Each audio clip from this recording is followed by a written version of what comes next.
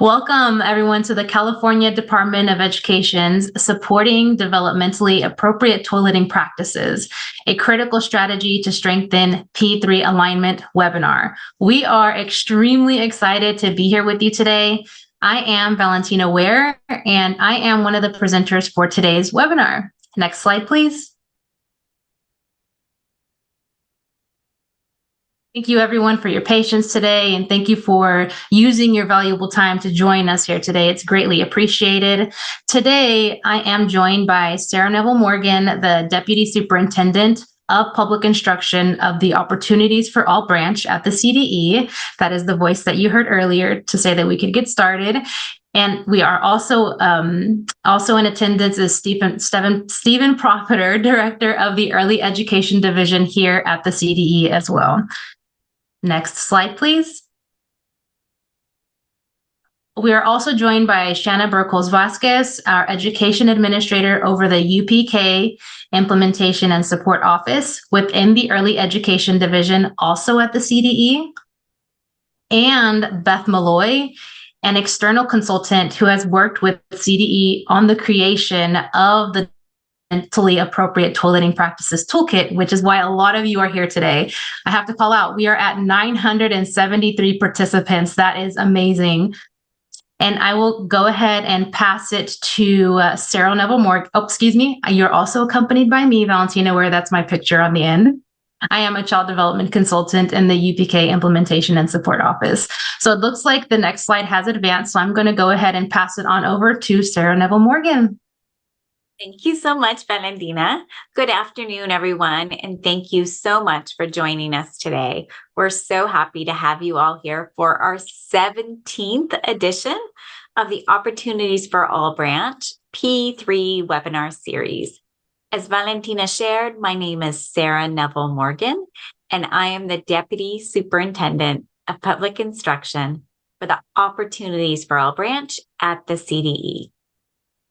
I would like to welcome you today on behalf of the CDE and the State Superintendent of Public Instruction, Tony Thurmond. Today, our webinar is focused on how educators across UPK and P3 settings can support children and families by implementing developmentally appropriate toileting practices and policies. In order to implement best practices, staff need to feel equipped to adequately support the varying needs of their students and children each day. Our schools and our preschool programs should be culturally affirming and actively work to create a welcoming and positive climate that promotes a sense of belonging for all children and all families, one that inspires joy and love of learning. When staff and teachers are comfortable and equipped to support children's needs, this creates programs that are ready, willing, and able to support all children's needs. P3 schools should be committed to the success of every child, as well as every teacher and every adult who interacts with children during the school or the program day. This means before their instructional time, during their instructional time, and any after-school expanded learning time as well. This includes how they help children progress along their journey to toileting independence.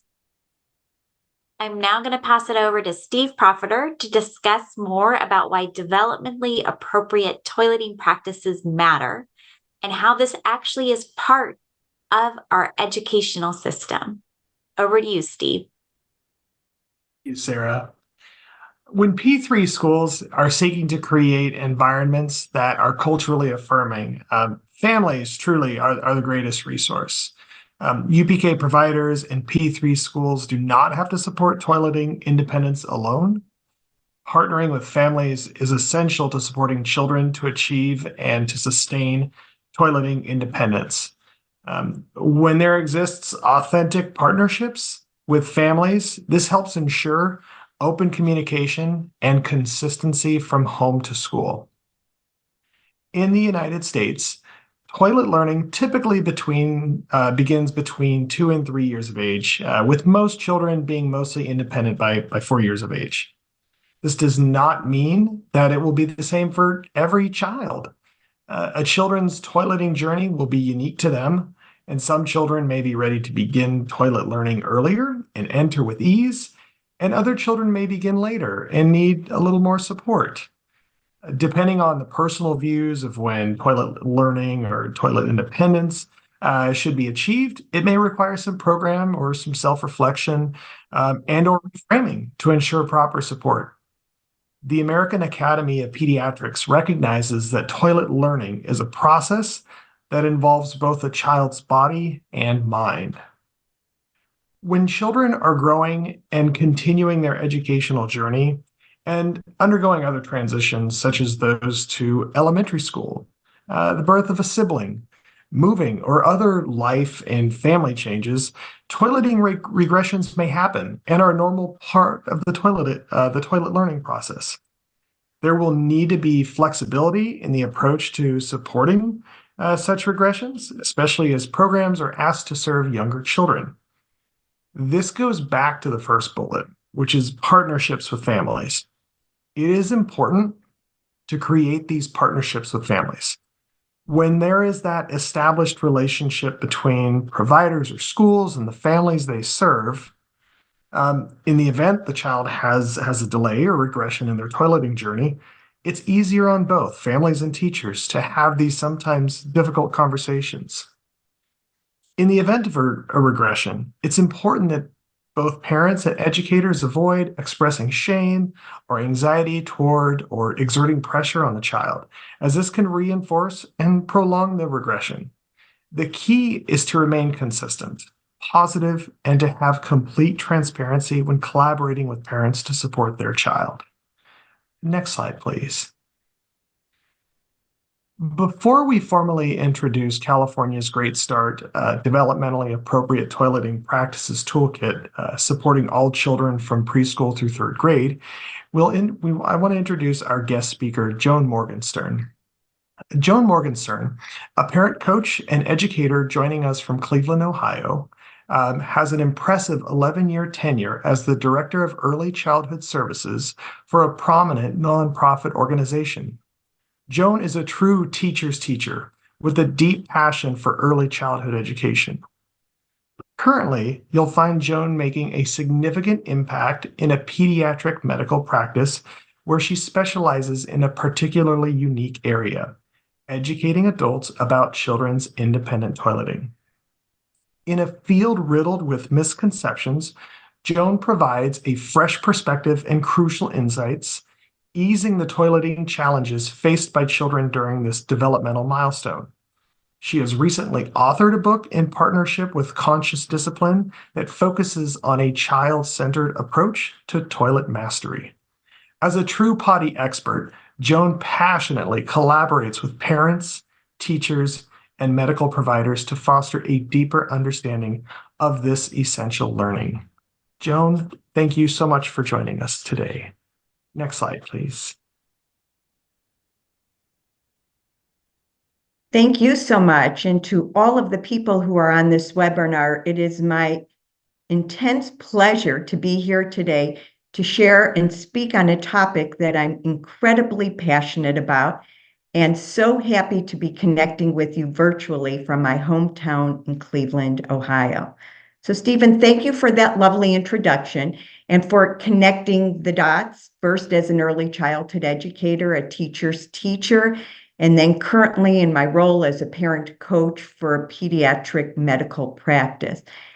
And what I say is that over the years, I call myself a potty champion. And I say that with the capital P-E-E. When we speak about toileting, there are lots of little puns that we can actually make.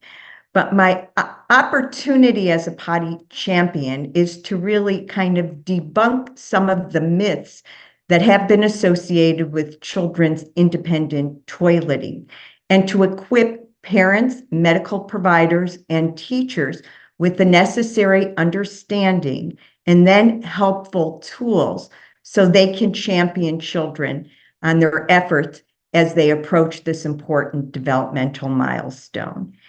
And you see here this big question mark. And inside that question mark are the words, how are the children doing?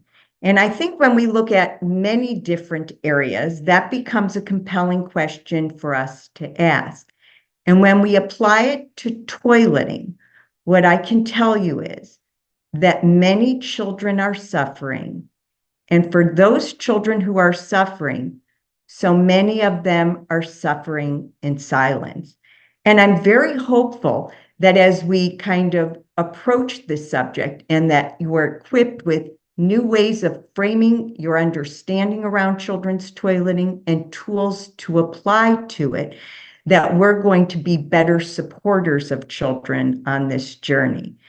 And I think what's very interesting is the unique perspective that I bring to it. So first, spending many years in the early childhood arena and in a school and educational setting, and more recently, the past 6 years in a pediatric medical practice. And I understand that there are two cohorts of groups where parents seek information around toileting. One is that they look to their medical providers, and being in a pediatric medical office, I can explain with a lot of assuredness that children's toileting was not covered in medical school curriculum. And similarly, as an educator with advanced degrees in education, specifically early childhood education, I was not fortunate to have been kind of instructed in best practices too. And I think that creates the perfect environment to breed a lot of misinformation around this. So again, my hope in this short amount of time that I'm sharing myself with you on this webinar is that I help you shift your framework around it, and that certainly it sounds like your toolkit is going to provide you with a plethora of valuable tools. Next slide, please. So one of the things that we're going to do is we're going to look backward and we're going to discuss how did we get where we are today so we can move forward and better discern what do we do about that. Next slide, please. My talk today is really divided into 4 specific parts. The first is that we're going to talk about misconceptions around children's toileting. And these typically occur at the onset of independent toileting, what we often refer to, and I'm hopeful that we can eventually change, as it's called potty training. The second is we're going to look at factors that are influencing us living in the 21st century and how those factors are impacting children's toileting. We're going to address number 3, why toileting is sometimes seen as separate from teaching and not often integrated into our school curriculums.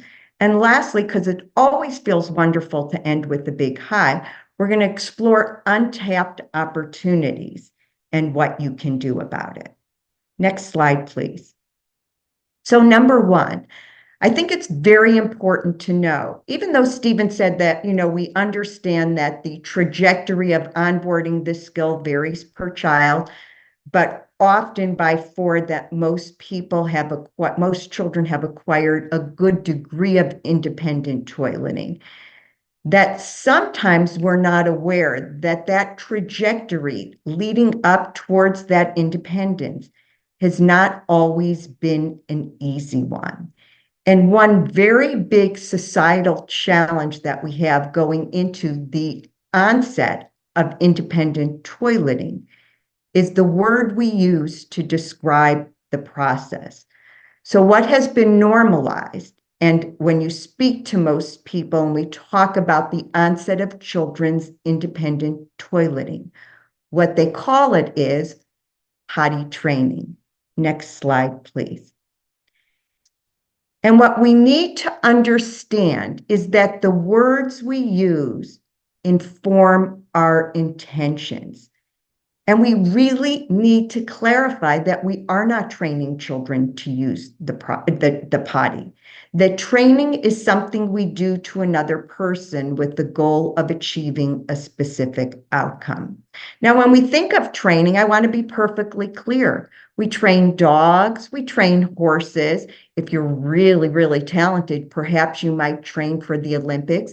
And if my face showed a bigger screen on this webinar, you would see that I work hard to train my unruly hair. Just FYI, my hair always wins. But anyways, we don't train children to use the toilet. Instead, we support their mastery. And it's important to clarify and contrast the difference between training and mastery. Training is something, as I mentioned, we do to another person with the goal of achieving a specific outcome. And mastery is the process of acquiring a new skill that develops over time and with patience. When we get ourselves into a training mindset, it often feels like a skill that's going to get drilled, versus when we think about a mastery mindset, we recognize it as a skill that's going to get learned. In the training model, the adult's intention is around, this is something I need you to do. And in turn, the adult owns that. Contrast that to a mastery mindset, which the adult's intention is, you'll be learning how to do this, and that ownership belongs with the child. And when we think about toileting, probably we could add a host of other things to this, but the child truly does own this process. And when we try and take it too tightly by the reins and we turn it into a training kind of model with the adult making lots of instructions about what a child should do, as it relates to toileting, we end up getting into a pissing contest with kids, and the adults never win. So again, I can't reiterate enough the importance of changing the terminology we use when we describe children's toileting. Already on this webinar, all of the leaders here are doing that in such a beautiful way. If we could begin to shift this and create a new movement around the words we use, it's going to help clarify whose job it is in this process and how we show up to children in the most supportive way. Next slide, please. When we think in terms of toilet learning outcomes, we can have desirable outcomes that we really hope for children, but all too unfortunately, like I referenced in that question, how are the children doing? That children experience undesirable outcomes. So let's start with what we hope occurs during this developmental milestone. Well, first it is that children acquire body ownership, that they learn that they are in charge of their body, and that's a very powerful and important position to have. Second is that they begin to see that they can exercise agency and autonomy and affect an important outcome. Again, big, powerful, and meaningful work. And body ownership and executing agency, autonomy, and mastering new skills contributes to positive self-esteem. And when toileting goes well, we equip children with a very sturdy foundation in which their health and well-being lays on. However, all too often, those outcomes aren't necessarily desirable. Consider the following, that in the stages of toilet learning, that for some children, they will experience performance anxiety for the first time. Why? Because adults become overly directed about what they want to see and where they want to see it. And for some children, that feels very stressful and a whole lot of pressure to handle. We can look at children's physical constitution. For children that did not have presupposed medical conditions, often at the onset of independent toileting, they will experience constipation. And when children get in a cycle, a constipation cycle, that can be a challenging area to remediate. And very unfortunately, and often for the very first time, that children will experience the toxic emotion of shame as they're acquiring independent toileting. So that's an important contrast for us to look at, that we can do so well by children and equip them with very desirable outcomes, or if we're not aware and if we approach it in a way that can be challenging, that we need to be aware that some children will have some undesirable outcomes. Next slide, please. So when we think about children's onset of independent toileting, what we need to do is we need to keep ourselves in the left-hand lane, whether it's toileting or other unfamiliar skills. What we know is that they are new, that because they're new, that they're unfamiliar. Because they're new and unfamiliar, for many children, they will feel initially uncomfortable, and they certainly approach it at the onset being unskilled in that area. Those are part and parcel of learning, growing, developing, and evolving. And those are very easy for us to support. What gets more challenging to support is if the right-hand lane merges with the left-hand lane. And in the acquisition of these skills, children end up feeling powerless, inadequate, disconnected from their adult leaders, and misunderstood in the learning process. So again, our opportunity is to approach it for what it is and recognize that without creating additional challenges that don't need to be there. Next slide, please. And that led me to creating a book that really supports what I believe is the best way of describing two important distinctions. The first is a mindset shift so that the adults supporting children in their toileting journey understand their role and feel safe and secure to support children in that role. And the second part of the book talks about how to implement protocols and practices that are going to serve children's well-being, both in terms of their toileting as well as their ongoing toilet journeys. Next slide, please. Number 2, the different challenges and pressures associated with 21st century living. Next slide, please. One is cultural norms, that toileting in the 20th century was often viewed as a natural milestone. And because it was viewed as a natural milestone, parents were more relaxed about the process, and children felt less pressured and stressed around their toileting. Bullet point number 2, our busy lifestyles. As we know that families are juggling multiple responsibilities, including work, childcare, and just general stressors of daily living. And busy lifestyles often result in less time and less energy to devote to children's toileting. Bullet point number 3, information overload. While the wealth of information that is available to parents on the internet and other sources can often be helpful, it also can be incredibly overwhelming.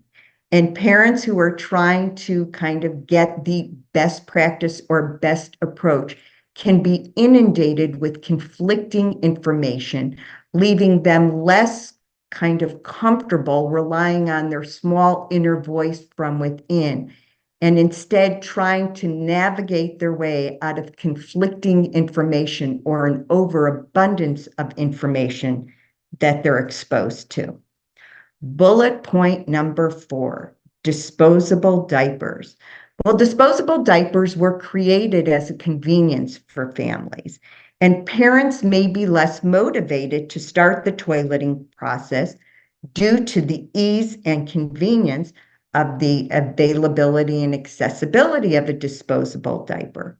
Similarly, when we think in terms of children, disposable diapers are so well engineered that they cause children to become less aware of their body signals.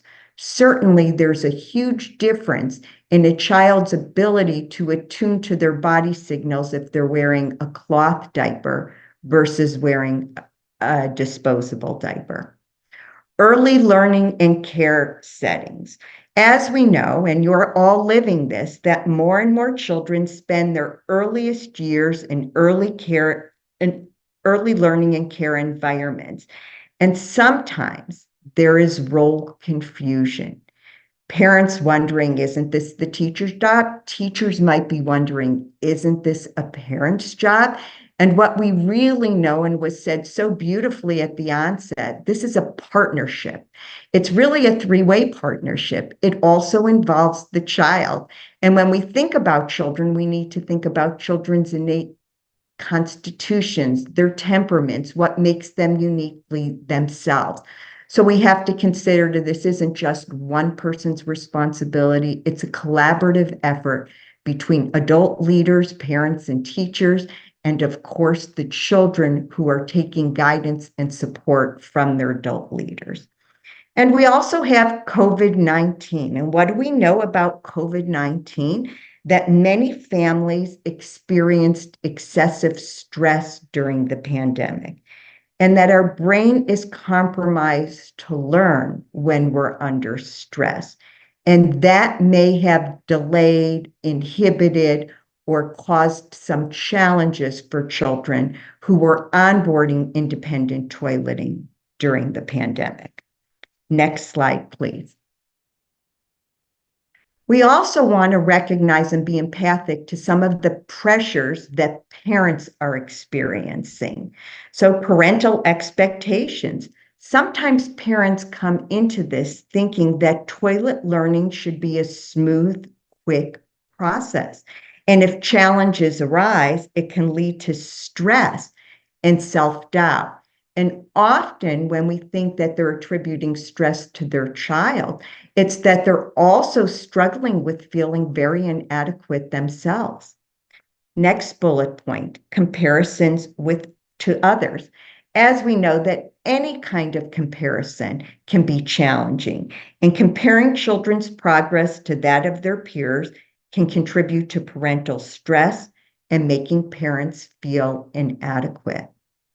Bullet point number 3, that sometimes parents confuse messy and unpleasant with being dangerous. Now, when I do a talk, and sometimes I'll call it getting down and dirty with potty mastery, because what do we know about toileting? It can be dirty, and you can have to get down in order to support children. But while you might be kind of on a lower level facing a child, and while it's possible that you might get dirty or it might feel a little unpleasant, it's equally important to note that there's nothing about toileting that is dangerous. But sometimes parents equate it as being dangerous. So what does that mean?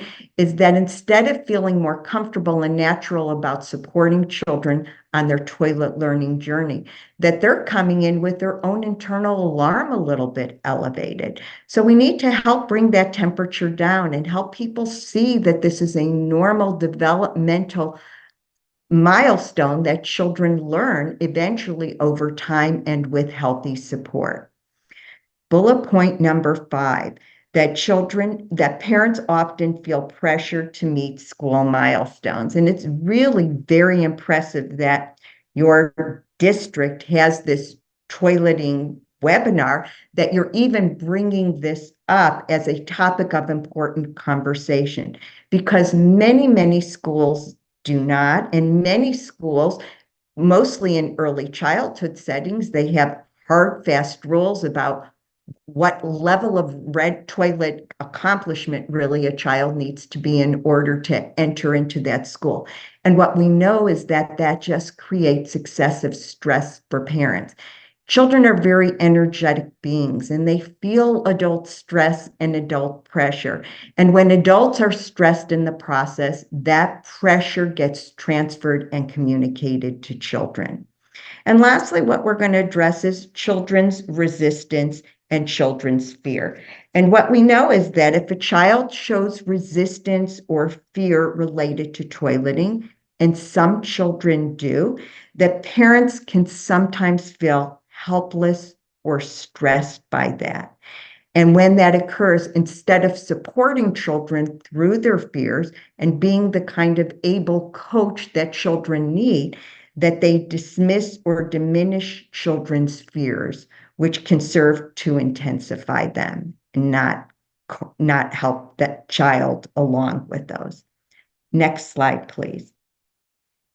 So toileting as seen as separate from teaching. And this is where all of you have such a wonderful, wonderful opportunity to expand the way you think about it. Next slide, please. So I have an analogy, and I said there was a time, what we have come to understand is that in terms of nutrition, that a diet is much more than just an adequate caloric intake to keep our bodies running. That in terms of food, that we need to nourish our bodies with healthy, good quality food in order to keep our bodies in optimal shape. Caloric intake, not enough.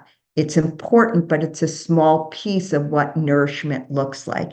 And I use a similar analogy with toileting, that toileting is more than just a societal norm of using the potty. It actually plays a crucial role in supporting digestive health. And it also influences brain development and contributes to overall well-being. Next slide, please. So why is it that we don't kind of think more or aren't more conscious about bringing toileting education into our classroom curriculums? Well, I think one important reason is because toileting has had a negative connotation. We attribute the term potty mouth not only to toileting words, but also to profanity. So when we already have a negative connotation, and I said words inform intent, just the same way I described that with the word when we use potty training, that with potty mouth, it can be difficult to think about potty conversations as being important or beneficial, because instead we're have a bias about perceiving them as inappropriate. And often when we hear potty talk, our default responses sound something like, "Stop that right now. What did you say? Say that again and you'll be in big trouble. If you say that one more time as you're conjuring up what threat might follow, watch your mouth. Do you want your mouth washed out with soap?" Next slide, please.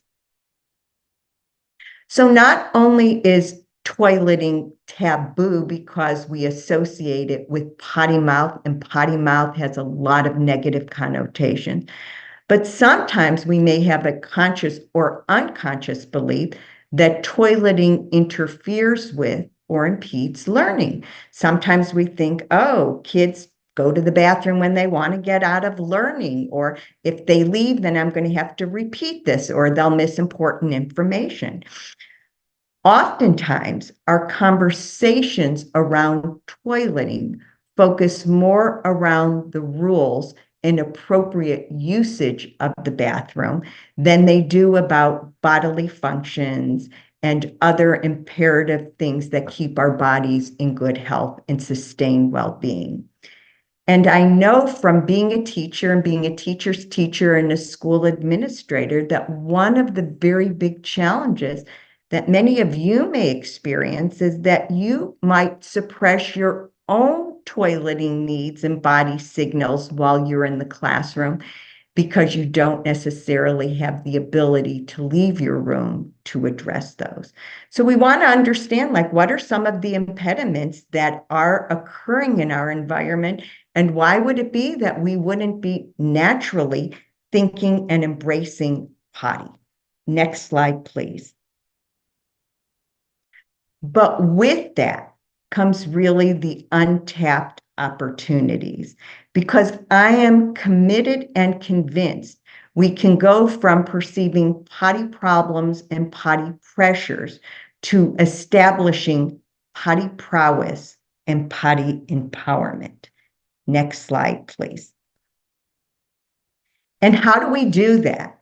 Well, some thoughts around that. The first is that when we have more information, we can begin to create a mindset shift. And that's probably one of the most powerful things that you can do as an educator. When we shift our mindset, it expands our perspective. It can reduce stress. It makes room for new possibilities. It can enhance your problem-solving skills, increase your motivation, and support greater adaptability. Next slide, please. One of the things while we're making our mindset shift is that we want to be very clear that toileting accidents are not intentional, nor are they an example of a child's limited motivation.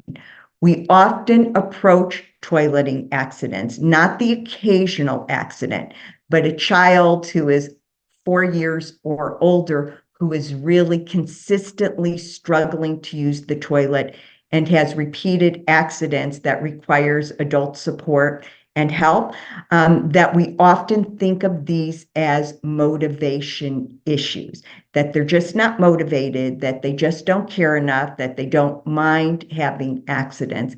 And that couldn't be farther from the truth. When we approach them as motivation problems, we end up thinking or saying things like, you should know better. Didn't I just ask you if you needed to use the bathroom?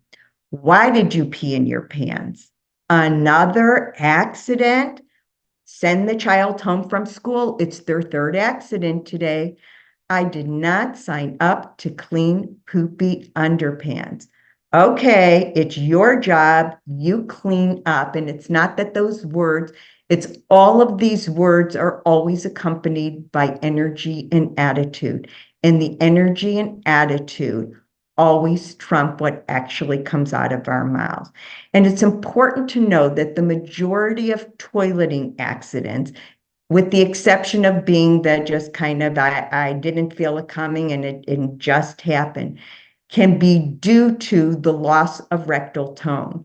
When children suffer from chronic constipation, they can lose rectal tone. That means that they can no longer feel and lose that awareness of body signaling, indicating that they need to urinate or defecate.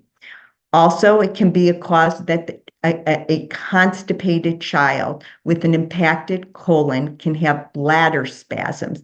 That means that they can have involuntary urine coming out of their bodies because their bladder is in a spasm because an impacted colon is pressing against it without any volitional control. They can be struggling with a fear that wasn't resolved or worked through from the onset of independent toileting. These fears and these hesitations and these issues can be very deep-seated. Often they remain unconscious and intuitive, and that it impedes children's easy toilet usage. Sometimes, and you might be surprised to know, that it can be the position, that there are some children, while it's not the majority, but there are some children who have not normalized the squatting position, and those children can have a very hard time defecating on the potty. And lastly, that trauma, that they can have residual trauma from their early toileting. Next slide, please. So the goal is to treat toileting like we would digestion and elimination, that we talk to children about nutrition, body signals, stress management, physical exercise, and we lead by our example. We've normalized hand washing. We can normalize digestion and elimination. Next slide, please.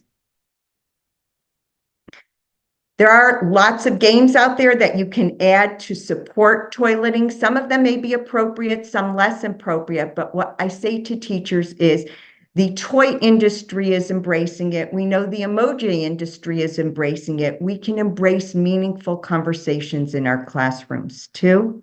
Next slide, please.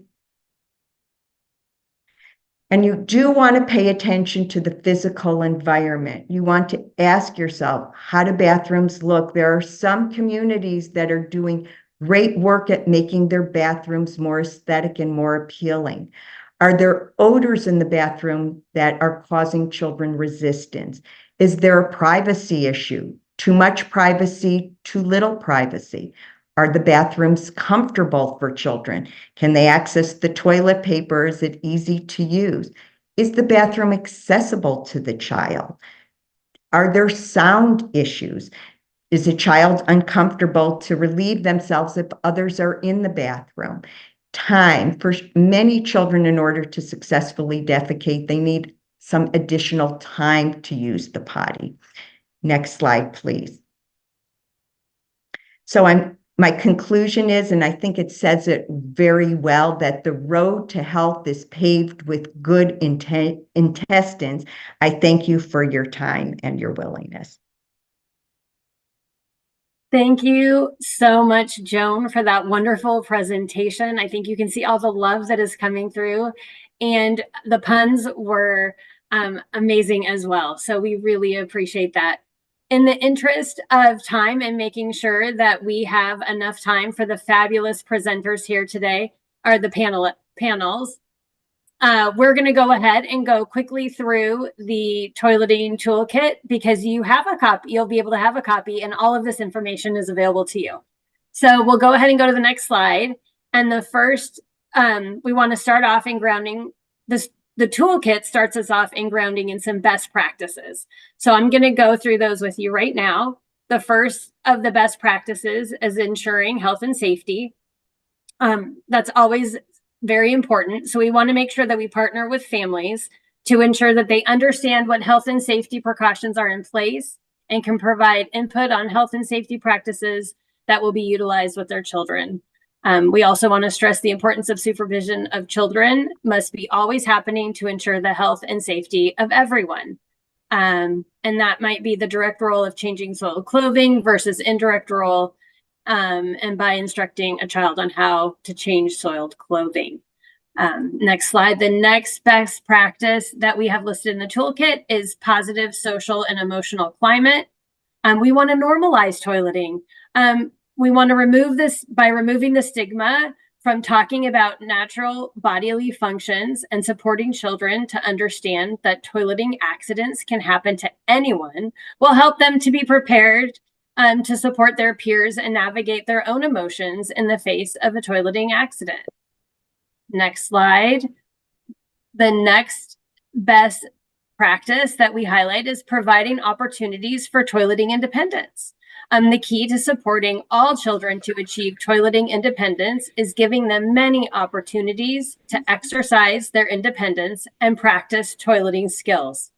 Visuals that support toileting can be utilized to reinforce the steps of their toileting routine.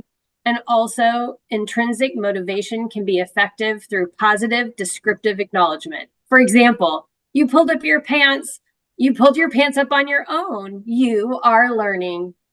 Next slide. The next best practice that we highlight is providing direct instruction on and support for toileting practices.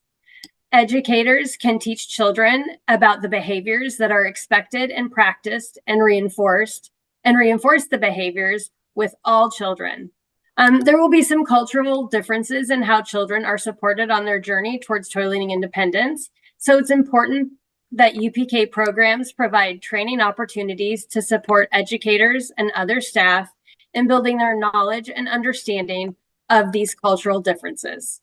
I will now pass it to Beth Malloy, who will go on and finish the best practices that are evident in the toolkit. Thanks, Shanna. The next best practice that we highlight in the toolkit is partnering with families. So as Joan and Stephen, I believe, highlighted, Families are a critical partner in all things toileting independence. We highlight in the toolkit that family handbooks can be a helpful tool for communicating with families about standard policies and practices and sharing opportunities for families to support success in the classroom through their actions at home.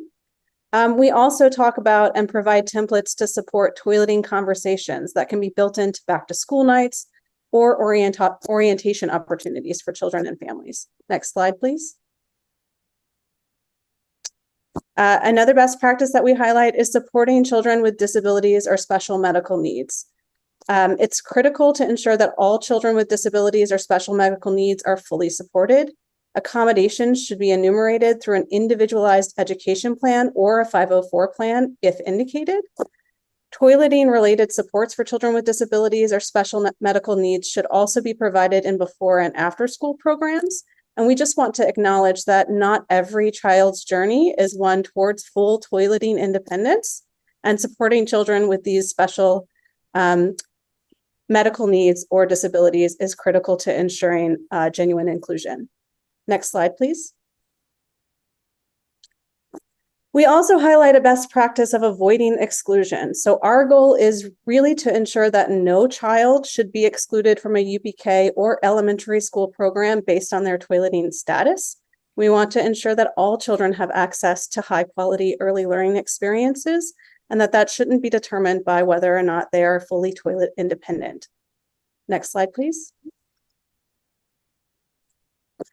Finally, we have a best practice of supporting staff through leadership buy-in. So we understand that ensuring genuine access to early learning experiences for all children really requires the adults in the system to buy into the importance of supporting toileting practices and doing that in a developmentally appropriate way.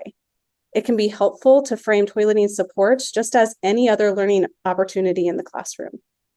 Next slide. Okay, so I believe I'm handing back to Shanna here. Thank you, Beth. We also have in the toileting toolkit steps on how to develop and implement developmentally appropriate toileting policies and practices. So the toolkit outlines in detail 5 steps to develop and implement developmentally appropriate policies and practices to support children along their journey to toileting independence. This is really helpful in working at a local level to identify those policies and practices that will be most beneficial. There's lots of examples and even some templates for you to use in this. And now we're going to go ahead. We were going to go through these 5 steps, but we're going to let you look at those in the toileting toolkit. Some people have mentioned they're having a hard time accessing it. We are working on that on our end, and so it should be up. Keep trying. And I'm going to pass it back to Beth for the last part and sharing what's in the toolkit. Stephen, if you could advance to slide 43, please.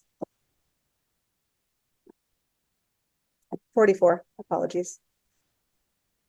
All right, so in addition to walking you through a set of steps that you can take to identify and begin to implement developmentally appropriate practices in your own programs and classrooms, we also include in the toolkit, which is called California's Great Start Developmentally Appropriate Toileting Practices Toolkit, supporting all children from preschool through 3rd grade, several templates that were prepared by the CDE for certain activities that can be used by districts, schools, UPK programs, and their partners.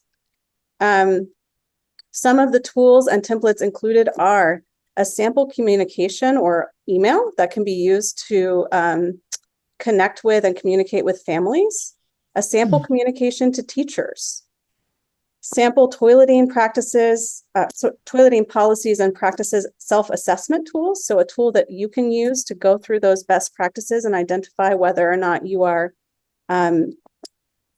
implementing those and what you'd like to prioritize. Some sample toileting guidance from some of our partners at a district level across the state, and a non-exhaustive list of toileting independence books for children, educators, and caregivers. Next slide, please. We also included a sample toileting visual chart, which you could print off and post in your classrooms.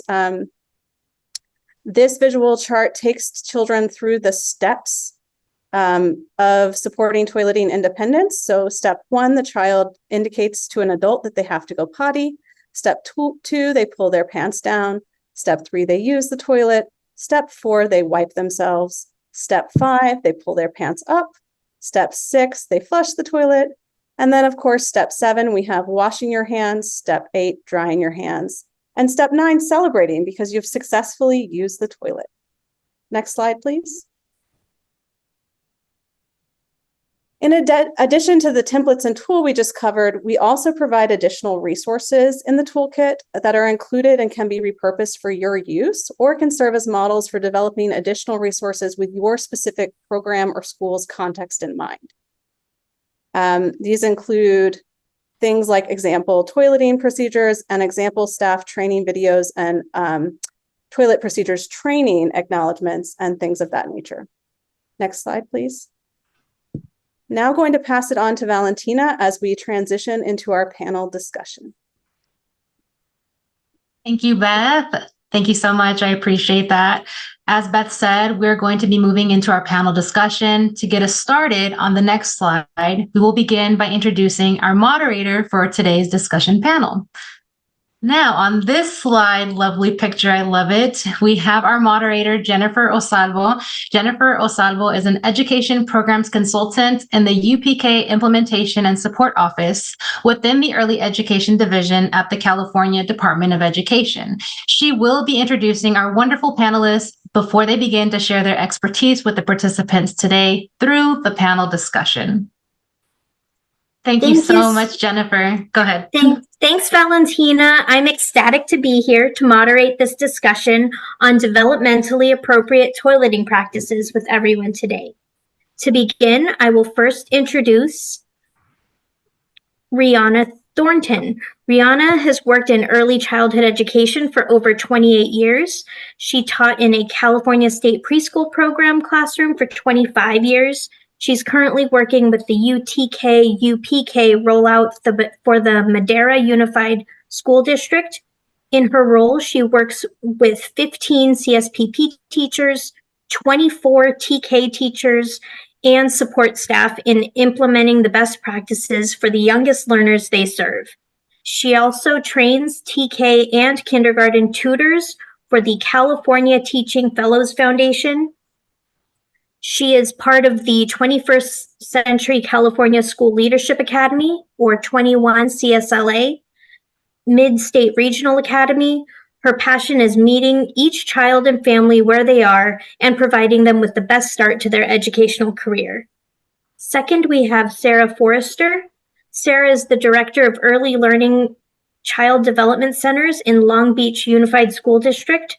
This role allows her to contribute significantly to the strategic leadership and enhancement of early childhood education programs. In addition to her current role, she has over 28 years of dedicated experience in education, where she has had the privilege of shaping young minds from birth to 5th grade in a variety of roles, including classroom teacher, instructional coach, and school administrator. Her journey in the field has equipped her with a deep understanding of early childhood development and effective teaching methodologies. Her passion for fostering a joyful, positive, and impactful learning environment has been a driving force throughout her career. Next slide, please. Third, we have Gloria Lee, who studied child and adolescent development with an emphasis on child and community context. She has been in the field for 10 years, mainly working with preschool-age children. She is currently a preschool teacher in early care and education at UCLA. Gloria shares that it has been such a rewarding experience supporting children as they navigate through pivotal moments of their development.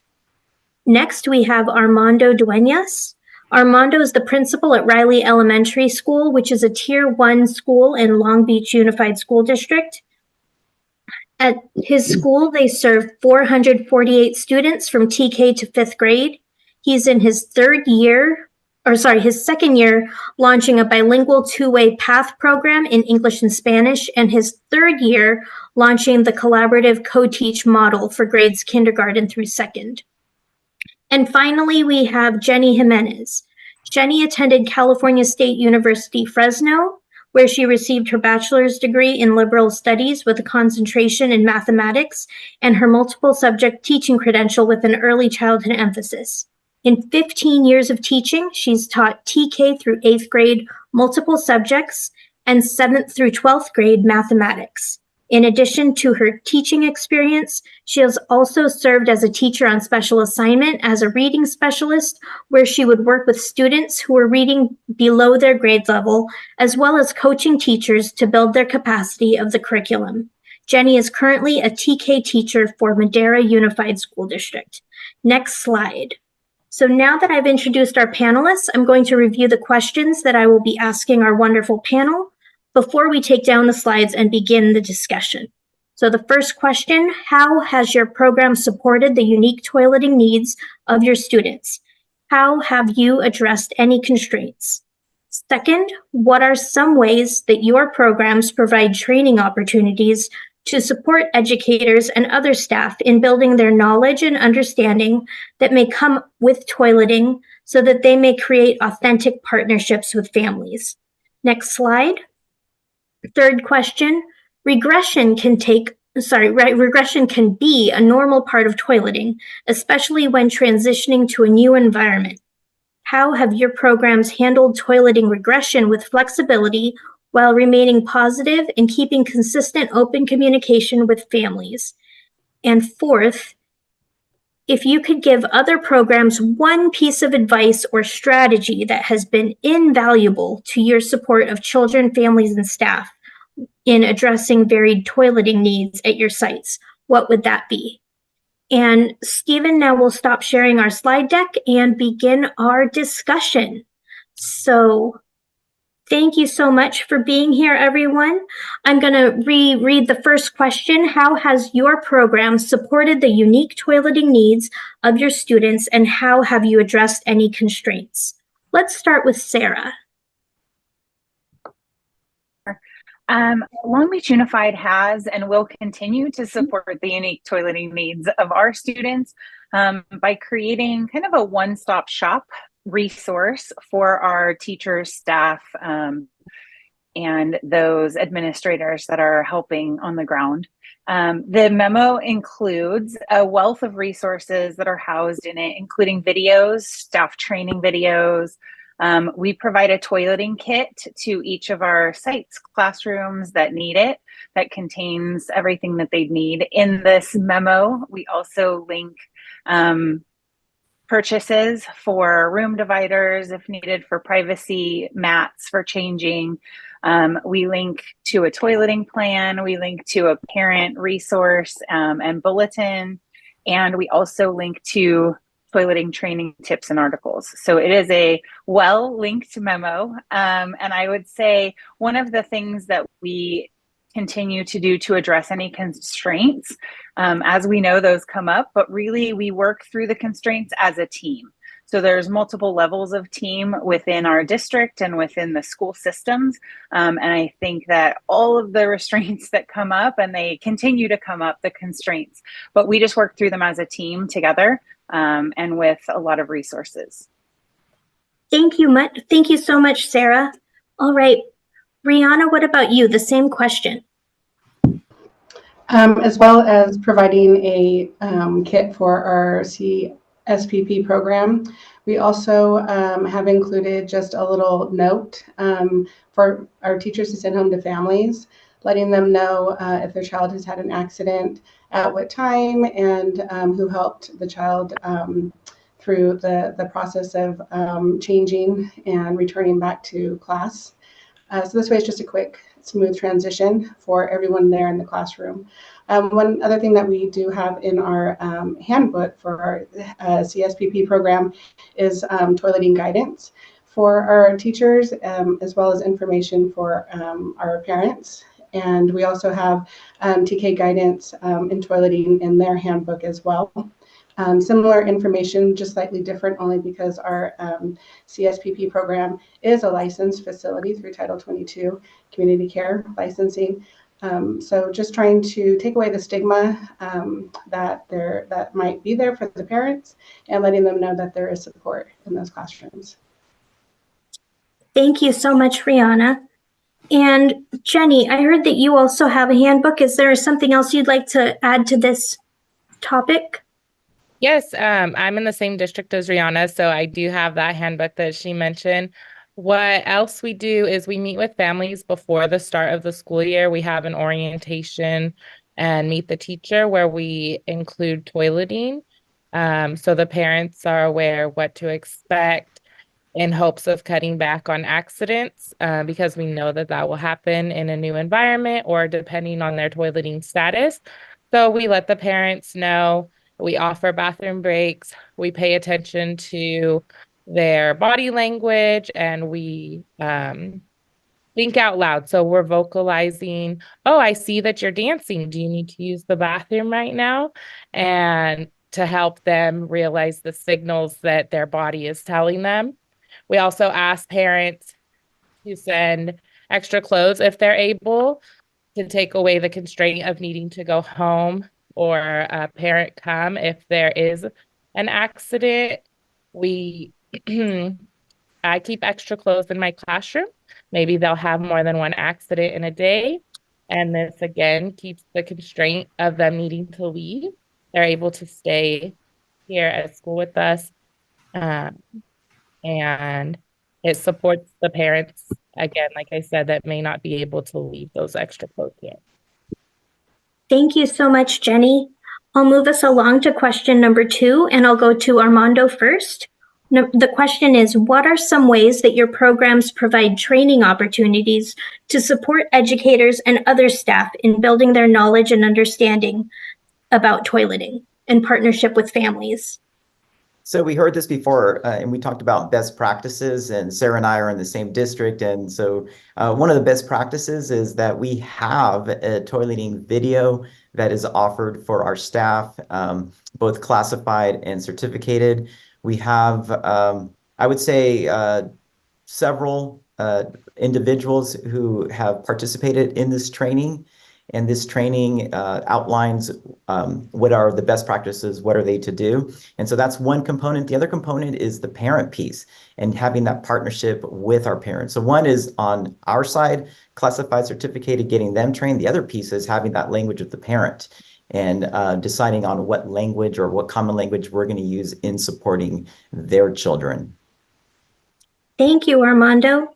And Jennifer, can I just jump in really quick? Sure. Sorry. And just kind of add on to Armando. And I think as part of that same district, we're continuing to work on that training piece. And I think that that's a really important piece. Obviously, the toolkit that CDE is providing is kind of our jumping off point from what we've already done to create more PDs for teachers in the classroom, as well as the paraprofessional support. Thank you, Sarah. And what about you, Gloria? So I come from a preschool setting, so it's basically part of our job description now. I work with older 2s to 3-year-olds, so it's basically when potty or toileting starts.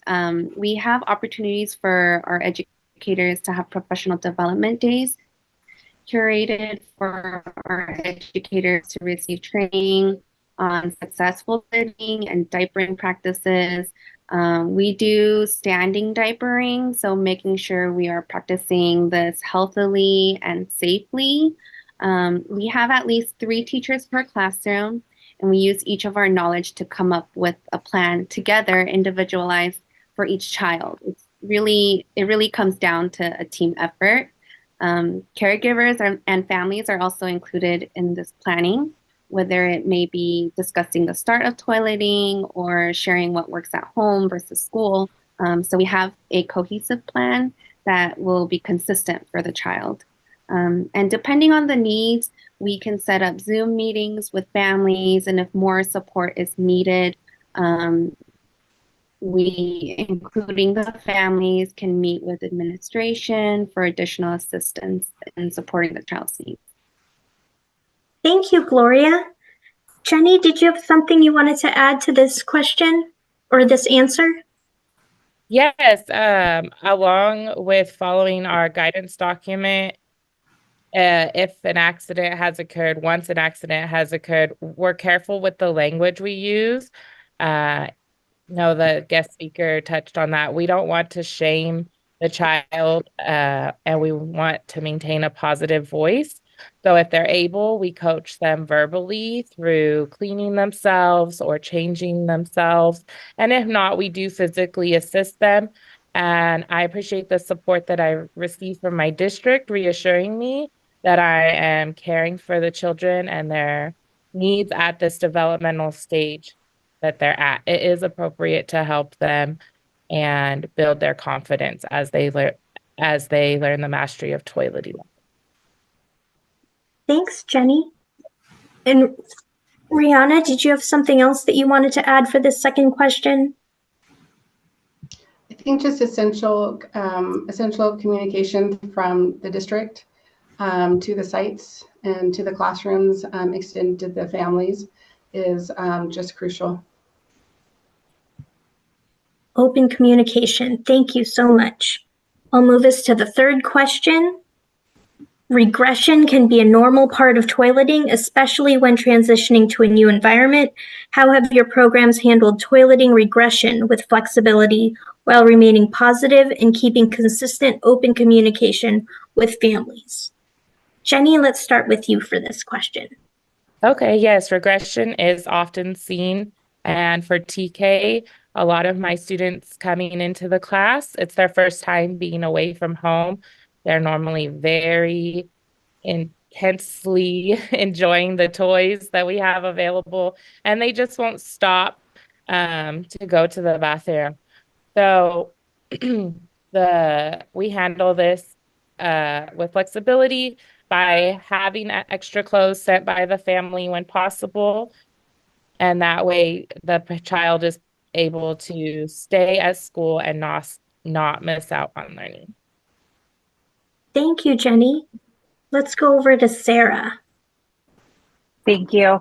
From a district perspective, we handle the regression and staying positive and consistent with open communication with different levels of resources for both the teacher and the families to do the hard work of the mastery of toileting while feeling supported and continuing to be positive. So with the different levels of support, whether that's within the classroom, at their grade level, at their school site, within the school support, including counselors, any social workers, administrators. And then within the district level, we have a birth through third grade team, which is small but mighty in Long Beach Unified, but an amazing team of a wealth of resources, people, materials that also just help keep the families and the teachers feeling supported. Those that are doing the hard work each day. I think that's really an important piece from a district level to make sure that everybody is feeling supported and knowing that regression is a normal part of toileting. And so I think just keeping that communication ongoing with families and with staff, and then that continual professional development is another important piece. Thank you, Sarah. And Gloria, I'll go to you with the same question. Yeah, I think it's definitely time for all hands on deck. We have a range of children who have successfully started toileting, who are on the verge of starting, and who are still in diapers. So during this time, regressions are completely normal and sometimes expected, especially when it's time for children to move on to a new classroom environment as they age out of the classroom. So we're fortunate enough to be able to talk to the previous teachers when the child transitions into a classroom. So we meet with the child's previous teachers to learn about the child, what tips or routines work for them, and how we can use our environment to support the child. And with that, we also bring in the caregivers and the families at home to make sure they are aware of how we will continue to support the child. We also use that opportunity to ask families what has worked and what hasn't worked at home so that we can kind of use that to support us as well. And of course, if children are coming in from outside of our center, we have intake meetings with the families just for the same process of being able to support them through this process of toileting. And sometimes regression can come down to a medical reason. So we make our best efforts to follow up with families and doctors when medical attention is needed. For instance, needing prescription creams for rashes. We make sure to have all necessary paperwork with the ultimate goal of making toileting a comfortable experience for the child. Awesome. Thank you for sharing, Gloria. Okay, and I'm going to come to everyone for the last question. If you could give other programs one piece of advice or strategy that has been invaluable to your support of children, families, and staff in addressing varied toileting needs, what would it be? So let's start with Rihanna. Okay, so I have two pieces of advice. The first would be keeping the children and the families as a focal point. The second would be asking yourself, what is my attitude about the topic? And examining our own beliefs about it and being honest with ourselves and others. I recently spoke with a principal from a neighboring county, and I asked her about the toileting at her site. And she said that she's the first to help assist children with the toileting. And so I probed a little further and I said, how do you have the time to help? And she said, how do I not have the time to help children feel safe and comfortable so many hours away from home? So I just felt that it was a great attitude to have. So thinking about what is our mindset as an educator when we're serving the children that have been entrusted to us day in and day out. So that would be just some questions that we would need to do on our own self-reflecting for this journey. Thank you so much for starting off with us with this question. Let's go to Jenny. I would also say that parent communication is key. We are a partnership with the parents and the child. Things that have been very successful for myself and others over the years is meeting before school, addressing toileting, just like we address lunchtime, needing a backpack, other school needs. So the parents are aware it's nothing to be embarrassed or ashamed about. It is a normal topic and not taboo, and allowing time for one-on-one meetings for parents to disclose if they're comfortable, what their child's status is, what's working at home, and how we can continue that into the classroom where they're spending the day with us. Thank you, Jenny. Let's hear from Armando next. If I could go back in time, I would probably replicate this presentation. Joan, phenomenal information, which is halfway through the school year. But if I could go back in time, I would give and share this with our staff, our paraprofessionals, classified, certificated, and also our parents. And I think it's really important that the big takeaway for me is having this common language.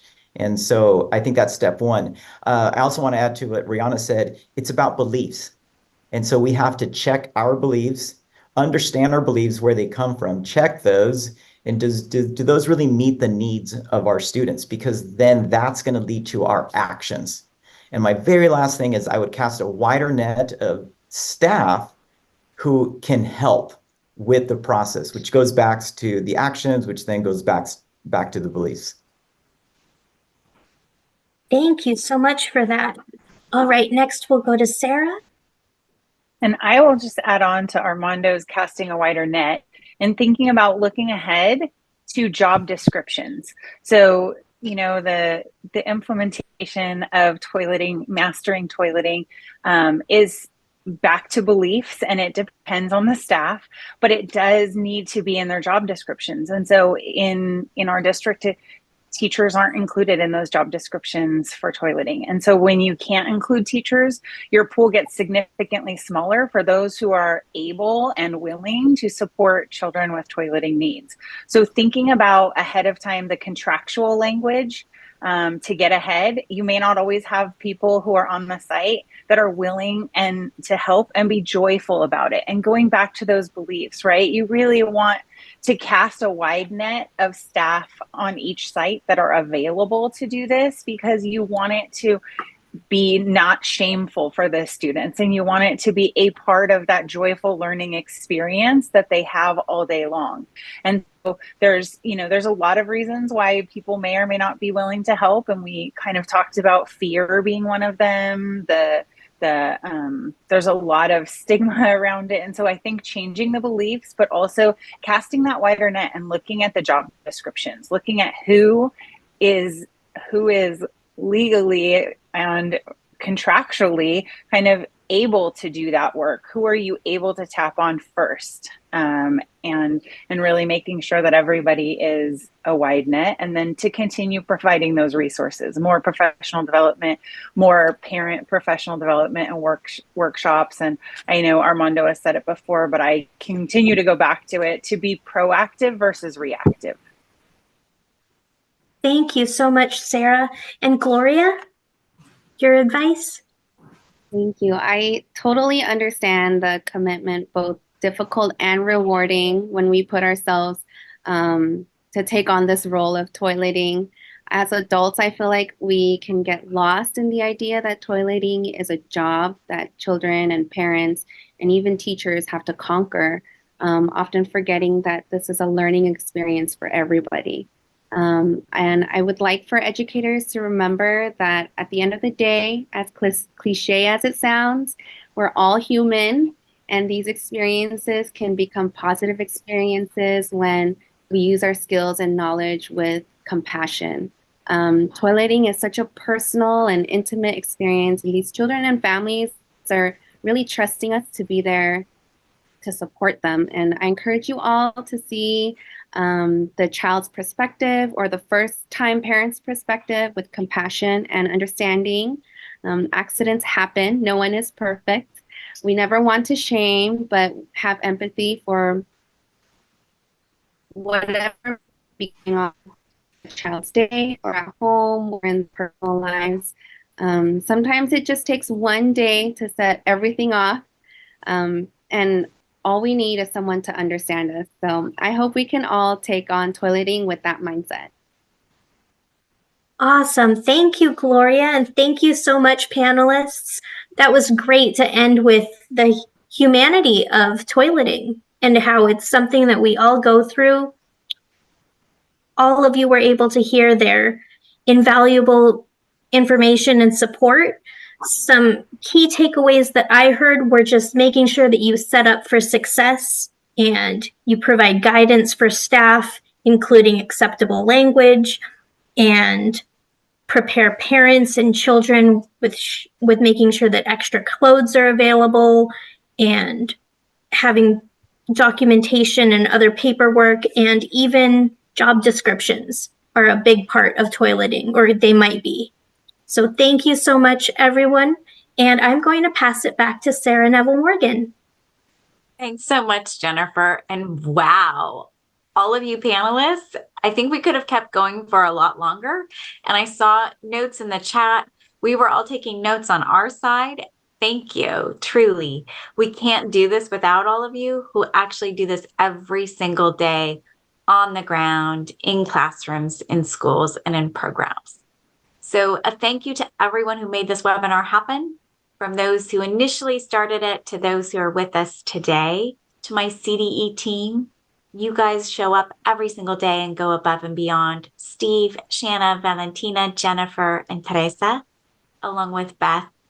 Our technology services division, our interpreters, and for all of our presenters, thank you, thank you, thank you. I would like to leave us all with a quote from Eileen Kennedy Moore. The path of development is a journey of discovery that is clear only in retrospect, and it's rarely a straight line. So with that, Everyone remember to cherish, love, and joy as we move forward with our young children and they embark on an educational journey that we are all blessed to be part of. Have a great evening, everyone.